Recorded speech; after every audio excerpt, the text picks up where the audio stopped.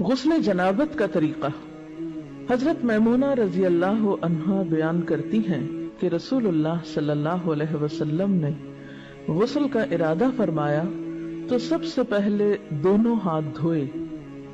یہ غسل جنابت یعنی ناپاک جب انسان ہو جائے تو اس کے بعد پاک ہونے کے لیے جو غسل کرنا ہے اس کا طریقہ۔ تو آپ صلی اللہ علیہ وسلم نے سب سے پہلے اپنے ہاتھ دھوئے۔ ہاتھ کیوں دھوئے؟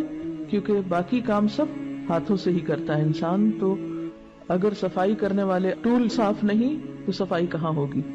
پھر شرمگاہ کو دھویا یعنی استنجا کیا، پھر بایاں ہاتھ جس سے شرمگاہ کو دھویا تھا یعنی استنجا کیا تھا زمین پر رگڑا، پھر اس کو دھویا۔ زمین پہ کیوں رگڑا؟ اس لیے کہ اس زمانے میں صابن اس طرح اویلیبل نہیں ہوتا تھا، تو مٹی پاک کرنے والی ہوتی ہے، مٹی کے اندر ایسی صلاحیت ہوتی ہے جو جرمز کو کل کر دیتی۔ تو اگر آج آپ کے پاس صابن ہے تو اس کے لیے ضروری نہیں کہ آپ مٹی پر ہی ہاتھ رکھ دیں کہ اب آپ پریشان ہو کہ ہمارے واش روم میں تو ٹائلز لگی ہوئی ہیں اور مٹی نہیں ہے تو کیا ہمارا غسل نہیں ہوگا، تو اس کا آلٹرنیٹ آپ استعمال کر سکتے ہیں۔ پھر کلی کی اور ناک میں پانی ڈالا، پھر چہرہ دھویا، پھر کوہنیوں تک ہاتھ دھوئے، پھر سر پہ پانی ڈالا اور بالوں کی جڑوں تک پانی پہنچایا۔ یعنی صرف پانی ڈالا ہی نہیں بلکہ مل کے سر کو بالوں کے جڑ یعنی جہاں سے بال اگتے ہیں اس سارے حصے کو خوب تر کیا۔ 3 بار سر پر پانی ڈالا، پھر تمام بدن پر پانی ڈالا، یعنی پہلے سر پہ 3 بار ڈال کے اس کو سارا دھو ڈالا، پھر پورے جسم پر پانی ڈالا، پھر جہاں آپ نے غسل کیا تھا اس جگہ سے ہٹ کر پاؤں دھوئے۔ تو اس کا مطلب ہے کہ باقی وضو آپ نے شروع میں کر لیا اور پاؤں دھونے کا عمل بالکل آخر میں کیا۔ حافظ ابن حجر رحمت اللہ علیہ فرماتے ہیں کسی حدیث میں غسل جنابت کا وضو کرتے وقت سر کے مسے کا ذکر نہیں۔ کیوں؟ اس لیے کہ سر دھو جو لیا جاتا ہے۔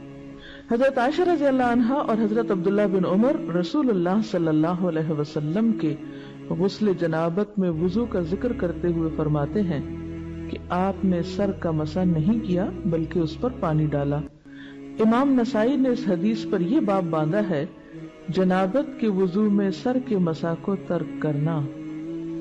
امام ابو داؤد فرماتے ہیں میں نے امام احمد سے سوال کیا کہ جنبی جب غسل سے قبل وضو کرے تو کیا سر کا مسح بھی کرے؟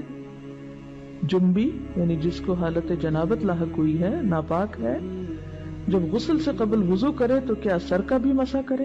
آپ نے فرمایا وہ مسح کس لیے کرے جبکہ وہ اپنے سر پر پانی ڈالے گا۔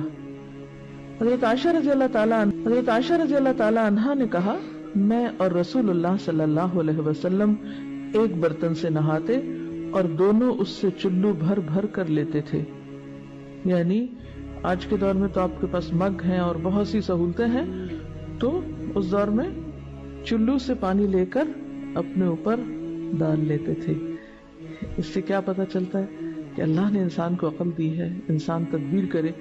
اب آپ کو مثلا نہانے کی ضرورت ہے، آپ واش روم میں گئے ہیں، کہیں مسافر ہیں، وہاں صرف پانی کی بالٹی تو ہے لیکن پانی نکالنے والی کوئی چیز نہیں، تو آپ روتے ہوئے باہر آ جائیں کہ میں تو آج غسل ہی نہیں کر سکتی کیونکہ مگا ہی نہیں ہے۔ تو نہیں، آپ صلی اللہ علیہ وسلم کا طریقہ دیکھیے کہ چلو بھر کے ایک ہاتھ سے یا لب بھر کے 2 ہاتھوں سے ڈال کے غسل کر لیتے۔ غسل پردے میں کرنا چاہیے۔ سبحانک اللہم و بحمدک نشہد ان لا الہ الا انت نستغفرک و نتوب الیک۔